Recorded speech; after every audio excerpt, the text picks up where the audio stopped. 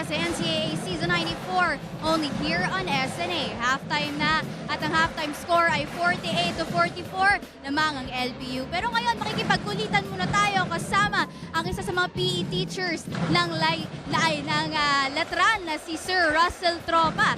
Sir, musta naman kayo? Hello. Oh, tanong lang po sir, sino ba ang pinakamasipag mag-aral at gumawa ng reports pag tuwing sa klase nyo? Ang pinakamasipag kong mga estudyante, si Bong Quinto, si JP Calvo, Celis, saka Banyes, saka si Ambog. Ayan po, sino naman kayo kanino kasobrang proud sa kanila at nakikita mo na isa silang student athlete at alam natin na mahirap po yun. Sino bang pinaka-proud sa buong team?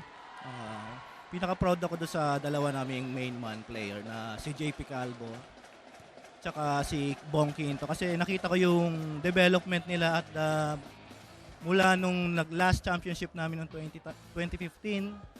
So nakita ko yung pag-angat ng performance ng dalawa. Ano po bang mga ginagawa nila sa PE class ay pinapa-push up niyo po ba sila? Sino pong mga hindi, o sino po bang lumulusot sa ating mga sa klase? Sino po ba yan?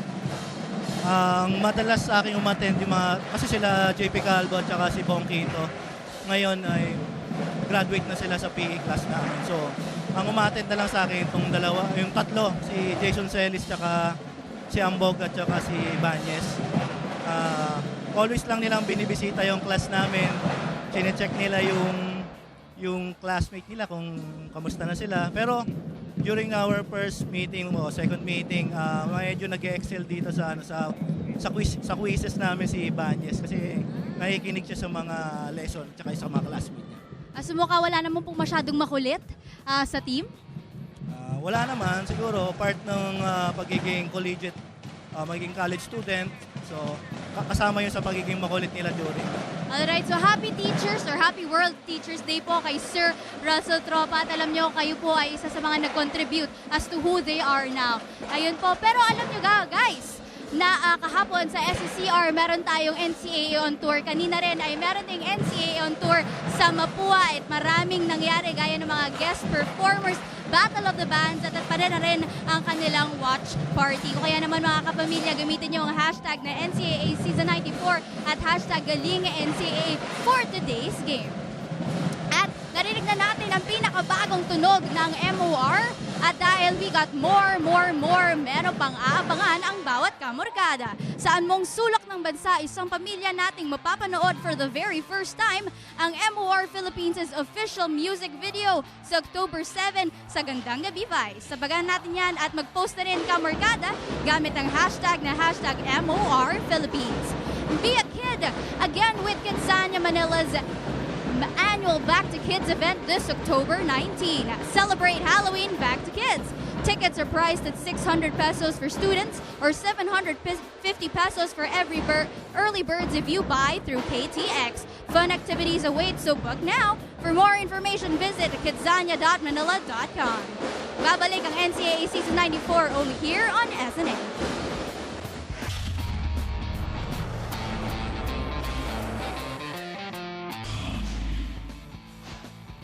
Welcome back to the live and exclusive coverage of the NCAA on SNA and also high definition on Channel 166 on Sky Cable. We also seen on Liga and Liga HD Channel 183. Binabati din natin lahat ng ating mga manonood sa TFC at sa sports.abs-cbn.com/livestream/NCAA. At the half, LPU ahead by 4 against Letran. Two neighboring schools, a battle of the top two of the three teams in the team standings right now. Andre Felix, Renren Ritualo. What an exciting game. Third game this Friday, Renren. Letran and LPU. LPU outscored Letran in the first quarter, 21-18. But Letran made a comeback in the second, although still being outscored by LPU. As we take a look at the halftime stats here, Renren, para sa'yo, ano yung pinaka-nag-stand out dito? Well, of course, the bench points of the LPU Pirates standing out in this stat line. 17 points para sa kanila. 4 lang para sa Letran Knights. But the starter points of the Letran Knights led by Larry Muyang. 40 points for them and 31 for the Pirates. I think he's doing a great job against Mike Harry Zuzu. Turnovers, 10 turnovers for the Letran Knights. And pinuwersa naman nila ang LPU Pirates with 8 points of turnovers. Like we said earlier, if you turn the ball over against these Pirates, they're gonna make you pay. They have 15 points of turnovers. LPU is the best team in the NCAA when it comes to capitalizing points off those turnovers. Larry Muyang, binanggit mo. Si Muyang, he was just flawless in that first half. 8 for 8. 17 points, 9 rebounds, 1 assist, and 4 blocks for the big boy Larry Muyang. Quinto, not far behind with 10 points. Toto Calvo with 6 points, 5 assists. And for the LPU Pirates, well, it was the usual suspect, CJ Perez, last year's MVP. 50% from the field, 16 points, 4 boards, 3 assists. Mike Harry, Zuzu, nabanggit mo, 10 points. Pero Muyang doing a fantastic job defending Mike Harry. And then Spencer Preta coming off the bench, knocking down 7 points of those 17 bench points for LPU. Like I said earlier, Larry Muyang leading the way for the Knights, 17. Bongquito following to 10 points. Itong JP Calvo with his 2 triples, 6 points. Ito of course, LPU Pirates, CJ Perez is a given. That's 16. Mike Harry, Zuzu, 10. Ito yung bonus na 7 points ni Spencer Preta who came out big off the bench for Coach Tomex Robinson. We will take a quick break. Sa aming pagbabalik, bakbakan na naman sa pagitan ng Letran Knights at ng Lyceum Pirates dito lamang sa inyong NCAA Live on SNA.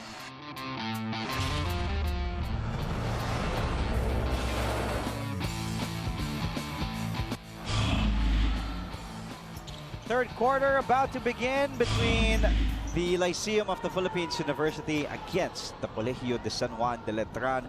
LPU tied with San Beda, 14 wins and just a single defeat in the team standings. Colegio de San Juan de Letran with 10 wins and 4 losses.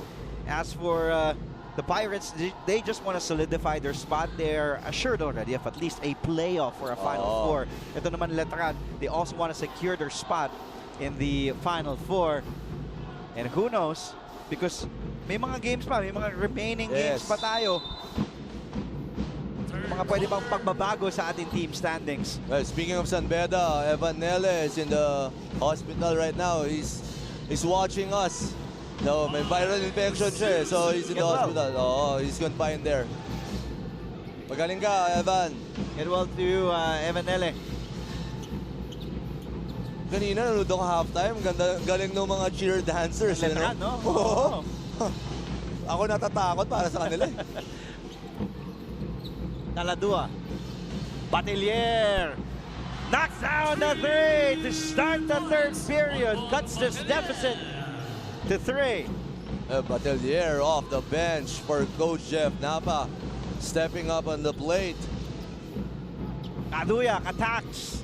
And Muyang now with a double-double. 10th board for Larry Muyang today. Good box out by Larry Muyang. Hindi madaling box out din itong si Mike Harry Zuzu. Taladua using that ambot screen.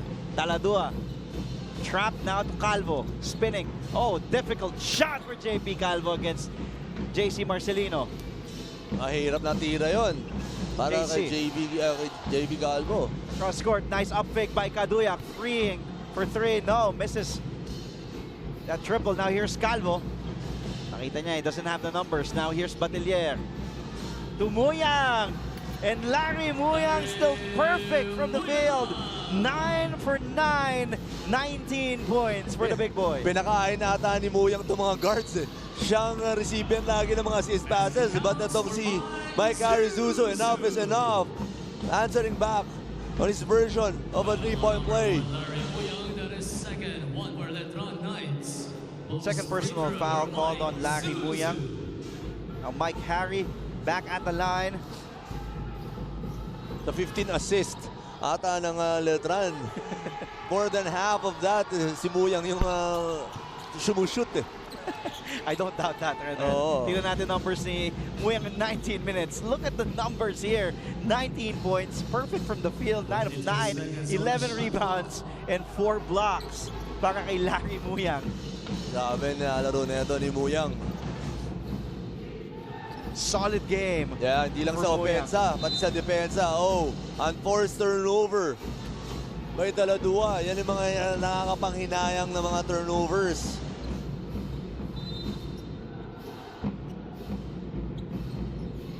Turnover number 11 now for the Knights. Down by 4. Perez. Zuzu wanted to tip that in. I think it was an alley-oop pass by CJ Perez. Design play. Yeah, for sure hindi airball lang ka sa CJ. Calvo in trouble, guarded by Zuzu. So ipasa kay Ambohot na agaw ng LPU. Kaduyak to Perez. CJ attacks. CJ misses and Ambohot with a rebound. Yun yung laki nitong Letran. Oo. Hindi yung second chance possession para sa LPU nalilimit talaga because of the length of the Knights. Look at that dribbling, ball handling by JP Calvo. Huwag ka lang susundot yung JP Calvo kasi it's so impossible to get that ball from him. You just have to stay in front of him.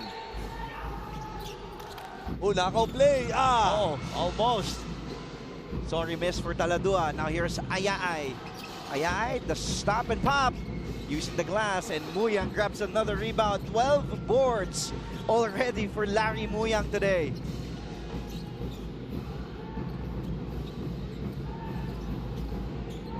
Batillier, guarded by Ayaay. Batillier. Short.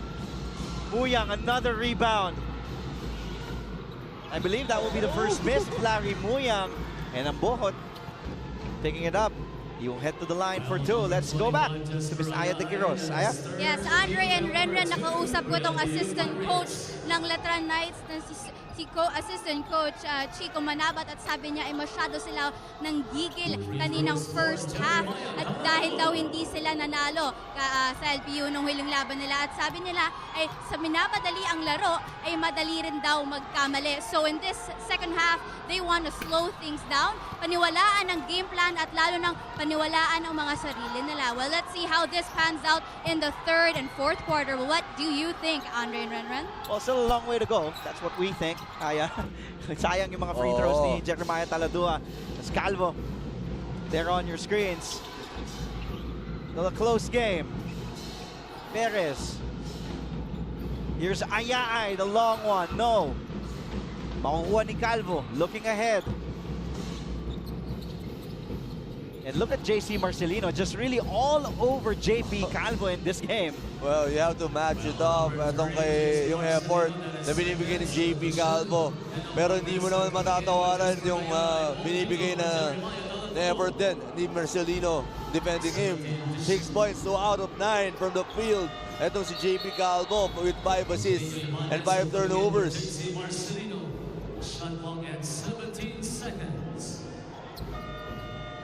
JC Marcelino will be given the break. And Coach Jeff Napa will burn another timeout with 6:38 remaining here in the third. LPU still ahead by 4.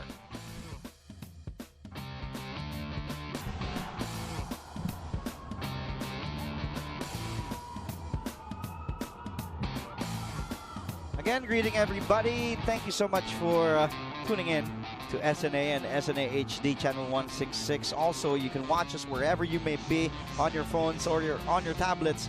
Just go to sports.abs-cbn.com/livestream/NCAA. Bombit Silva, always tuned in to all the collegiate games. Laging nanunod si Bombit. On the up pick by Ambohot, gets fouled hard by Perez. And Ambohot will head back to the line for 2. Muyang with an offensive rebound and then pass to Ambohot. Look at that pass by Muyang. Smart play by Ambohot. Shot faking. Agad na to si CJ Perez committing that foul. Gilas Cadet, Geo Ambohot misses from the line. A 54% free throw shooter. The Stingray, Ray Batak, along with first K-Rax, Kevin Racal. And Jeric Balanza from his brain surgery. We wish him well, itong si Jeric Balanza. Good to see him here. Yes, Good good to see him. Yeah. Good to see him here supporting his former teammates and also his schoolmates. Of course, the two, si Nambatak at si Racal, the two pros, won a title for Letran back in that season 91 team. Along with that man, JP Calvo, after going 0 for 4. At J.O. Abod ties the game up 53-all. What a steal by Ambohot. Ayan na naman, ang haba ni Ambohot eh. Look at that length of Ambohot. But foul called on J.O. Abod. Mike Harry Zuzu. Well, the strength of Mike Harry Zuzu, the balance, absorbing the contact. Itong si Mike Harry Zuzu. Tough shot. Good defense, but better offense by Calvo. Look at this. Strong move. Wala na, nabuwersa na itong si Mike Harry. That's hard to defend. Whenever Mike Harry Zuzu puts his head down and attacks like that, it'll be impossible to stop. Mahirap yun.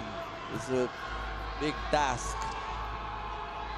Third leading scorer for the Pirates, averaging close to 13 points per game, close to 10 rebounds per game, almost a double-double average para dito kay Mike Harry. We were tied momentarily for the first time at 53-all before that Mike Harry three-point play.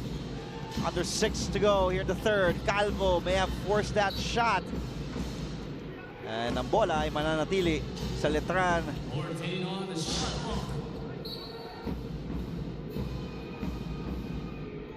May 4 na segundo sa Letran. Ambohot, he loves that shot. Quinto tried to tip it in.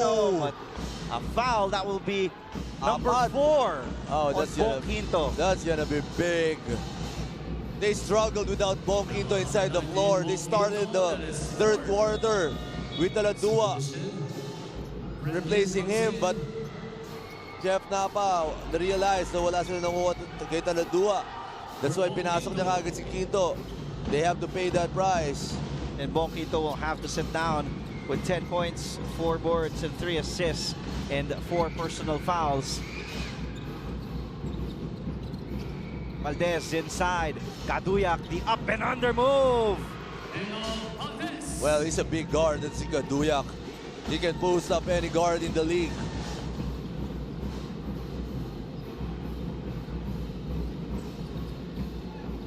Calvo. The help by Zuzu. Calvo is in trouble. The steal, but stepping out of bounds. Itong si Nino Ibanez. Now Letran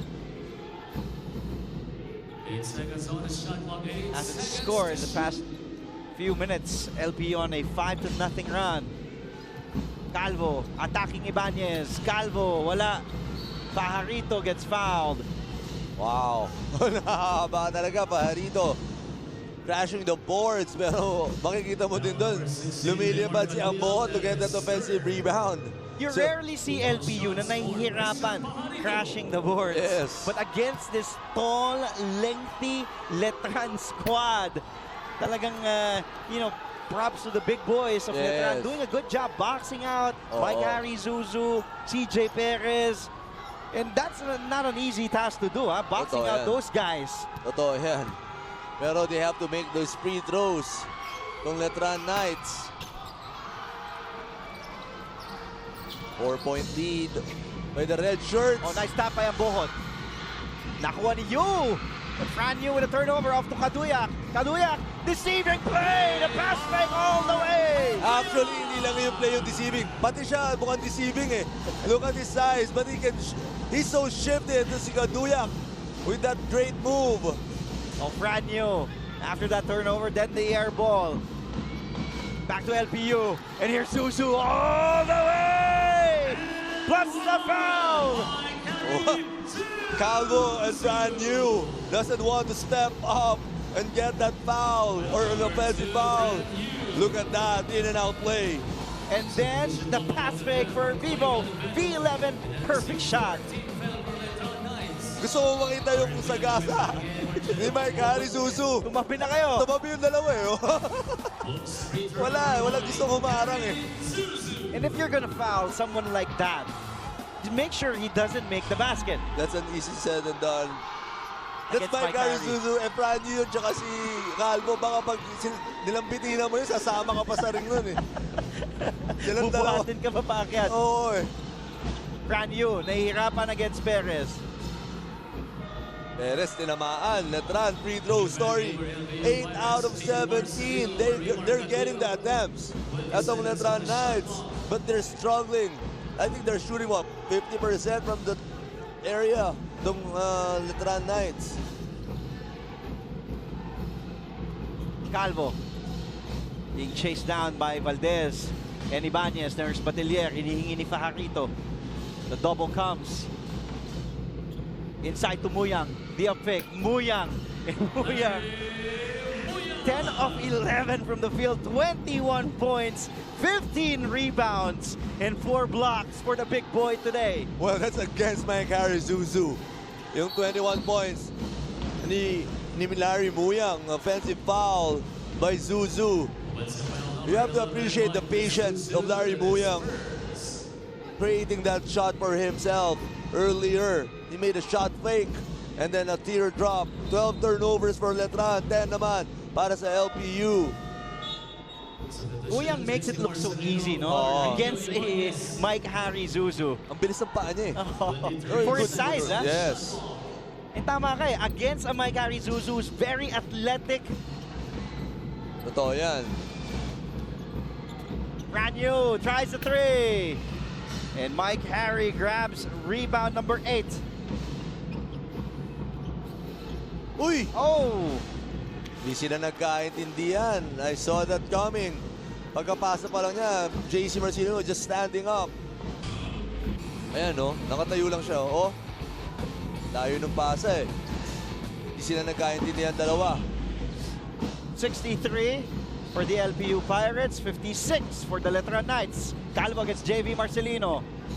Batelier inside to Muyang. Back out to Batelier, but a turnover there for Larry Muyang, and that will be his first turnover. First error para kay Larry Muyang. With 2:54 remaining, LPU still ahead by 7.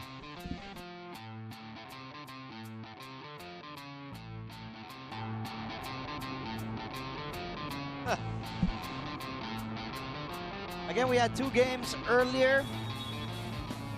Saan wagi ang Mapua Cardinals kontra sa EAC Generals, at panalo naman ang Arellano University Chiefs, getting win number 5 against the GRU Heavy Bombers.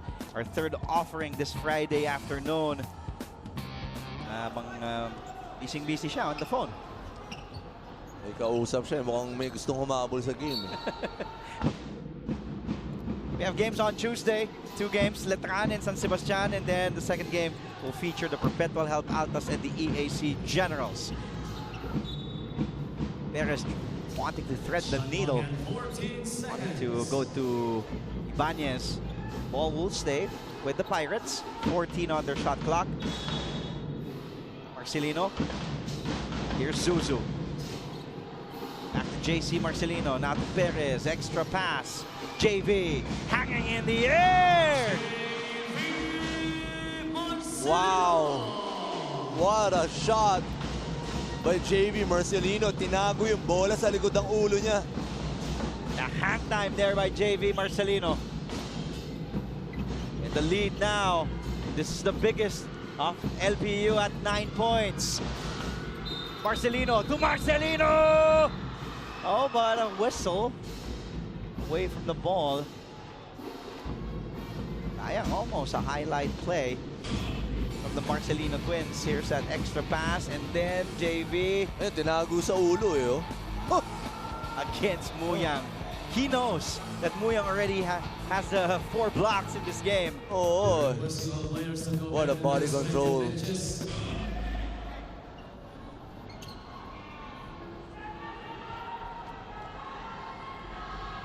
Unsportsmanlike foul on number 10, Christian Pajarito. Oh, that's gonna be big. unsportsmanlike foul called on Yes. Tristan Pajarito. They're gonna give a free throw and a ball possession pa.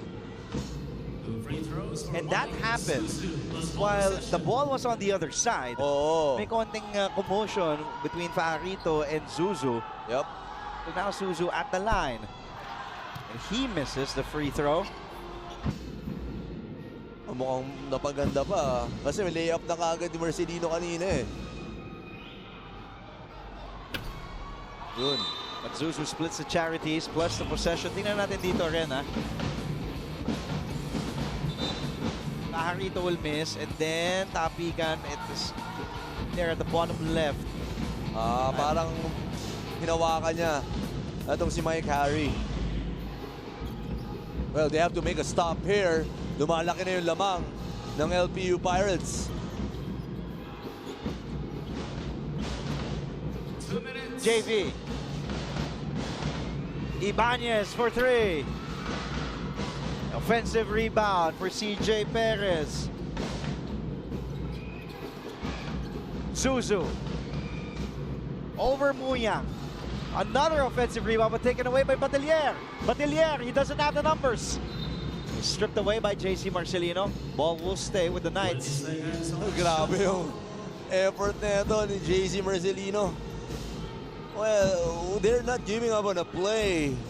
Itong dalawang ito, itong twins, I mean, they're very resilient. Batelier from the baseline off to Taladua. Taladua sees an opening all the way. Short on that layup. And Mike Harry with his 9th board. Oh, but the pass was too strong. Turnover again for the LPU Pirates. That will be turnover number 12. A pass by CJ. Yung referee yung pinasahan ni CJ Perez. Ang lakas ng pasa niya eh. Second turnover for CJ Perez in this game. A 10-point lead for LPU with Bong Quinto at the bench and the basket will count for JP Calvo. Foul counted. One-on-one play against Ibanez. Ito si Calvo absorbing the contact. Calvo is just really resilient. Oo. He will really fight. Ang bilis din eh. Oo. Santos pa lang Matapang yun. din talaga ito si JP Calvo as si Yes. Coy Galvelo back on the floor. Calvo along with Bong Quinto both won a title back in season 91 playing for then head coach Aldinayo. Speaking of Bong Quinto, yung nasa bench siya, talagang lumalamang itong LPU Pirates. That's why yung technical at yung isang foul niya kanina, it wasn't necessary because wala siya maitutulong if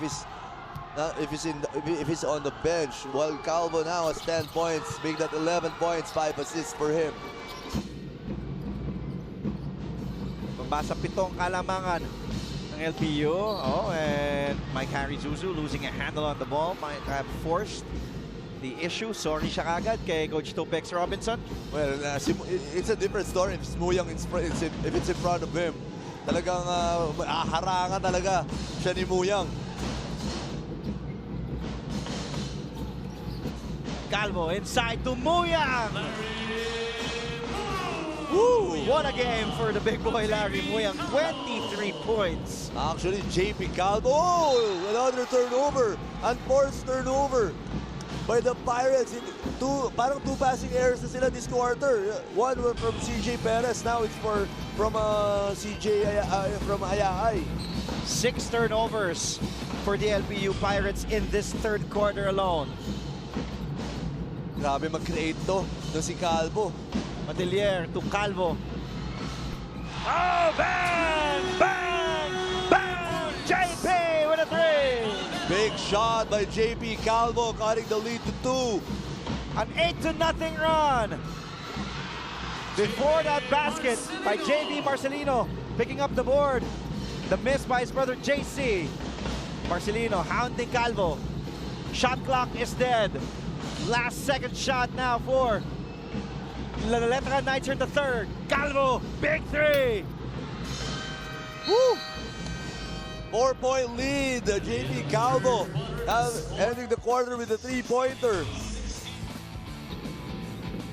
What a third quarter that was. And Calvo and he knocked down that three that would have cut this LPU lead to just a single point. As we take a look at the highlights here, Raymar Caduyak with a fancy play, a pass fake. And then JV Marcelino hanging in the air, hiding the ball from Larry Muyang. JP Calvo knocking down that big three. LPU, they led as much as 10 points here in the third quarter. Pero naibaba ng Letran sa 4 ang kalamangan ng mga pirata ng Lyceum of the Philippines University. There's the score at the end of the third quarter.